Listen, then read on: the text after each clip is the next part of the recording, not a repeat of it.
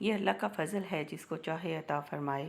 حضرت ابو ہریرہ رضی اللہ سے روایت ہے کہ رسول اللہ کی خدمت میں ایک مرتبہ فقراء مہاجرین جمع ہو کر حاضر ہوئے اور عرض کیا، یا رسول اللہ، یہ مالدار سارے بلند درجے لے اڑے اور ہمیشہ کی رہنے والی نعمتیں انہی کے حصے میں آ گئیں۔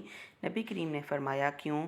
ان لوگوں نے عرض کیا، نماز روزے میں تو یہ ہمارے شریک ہیں کہ ہم بھی کرتے ہیں، یہ بھی کرتے ہیں، اور مالدار ہونے کی وجہ سے یہ لوگ صدقہ کرتے ہیں، غلام آزاد کرتے ہیں، ہم ان چیزوں سے عاجز ہیں۔ نبی کریم نے فرمایا، میں تمہیں ایسی چیز بتاؤں کہ تم اس پر عمل کر کے اپنے پہلوؤں کو پکڑ لو اور بعد میں آنے والوں سے بھی آگے بڑھو، اور کوئی شخص تم سے اس وقت تک افضل نہ ہو جب تک ان اعمال کو نہ کرے۔ صحابہ اکرام نے عرض کیا، ضرور بتا دیجئے۔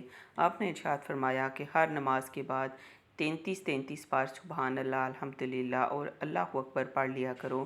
ان حضرات نے شروع کر دیا، مگر اس زمانے کے مالدار بھی اسی نمونے کے تھے، انہوں نے بھی معلوم ہونے پر شروع کر دیا۔ فقراء مہاجرین دوبارہ حاضر ہوئے کہ یا رسول اللہ، ہمارے مالدار بھائیوں نے بھی سن لیا اور وہ بھی یہی کرنے لگے۔